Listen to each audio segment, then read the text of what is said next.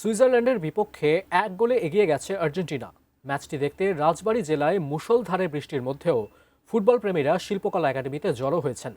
Football প্রেমীদের উন্মাদনা নিয়ে বিস্তারিত জানাতে পাংশা উপজেলা শিল্প একাডেমি থেকে যুক্ত হচ্ছেন আমাদের প্রতিনিধি মাসুদ রেজা শিশির। শিশির, আর্জেন্টাইন ভক্তদের উৎসাহ উদ্দীপনা কেমন দেখতে পাচ্ছেন আমাদের জানাবেন। ধন্যবাদ আপনাকে। আপনি যেমনটি বলছিলেন ইতিমধ্যে কিন্তু আসলে আমরা দাঁড়িয়ে আছি রাজবাড়ীর পাংশা উপজেলার শিল্পকলা একাডেমিতে।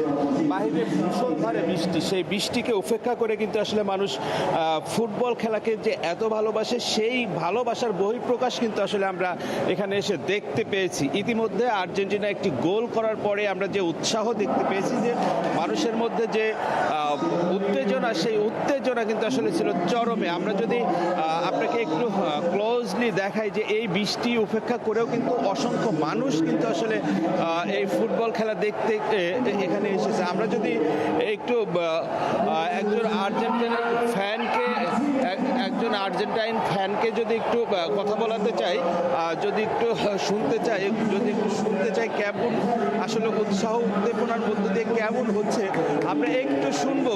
ভাই, এই যে বৃষ্টি কাদা উপেক্ষা করে আপনারা এই খেলা কেমন লাগছে? বাইরে যে প্রচন্ড ঝড়ো বৃষ্টি হচ্ছে, এই বৃষ্টির মধ্যে আমি বাসা থেকে খেলা দেখতে আসছি।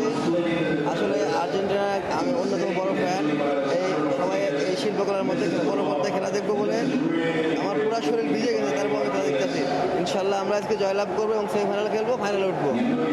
আপনি যেমনটি শুনছিলেন আসলে এই খেলাকে কেন্দ্র করে বাইরে কিন্তু আসলে প্রচণ্ড বৃষ্টি হচ্ছে, যে বৃষ্টির মধ্যে মানুষ আসতে পারছে না। আপনি দেখতে পাচ্ছেন রেইনকোট পরে অসংখ্য মানুষ কিন্তু আসলে আসছে। এর মধ্য দিয়েও কিন্তু আসলে আর্জেন্টাইনের যে ফ্যানরা রয়েছে তারা কিন্তু আসলে খুবই উৎসাহ উদ্দীপনার মধ্য দিয়েই এই খেলা দেখছে। আমরা পরবর্তীতে এই খেলার সর্বশেষ আপডেট রাজবাড়ির যে অবস্থা রয়েছে সেটা কিন্তু আমরা আবার আপনার মাধ্যমে আমরা পরে জানাতে পারবো। এই ছিল রাজবাড়ি থেকে আমার কাছে এখনকার মতো সর্বশেষ।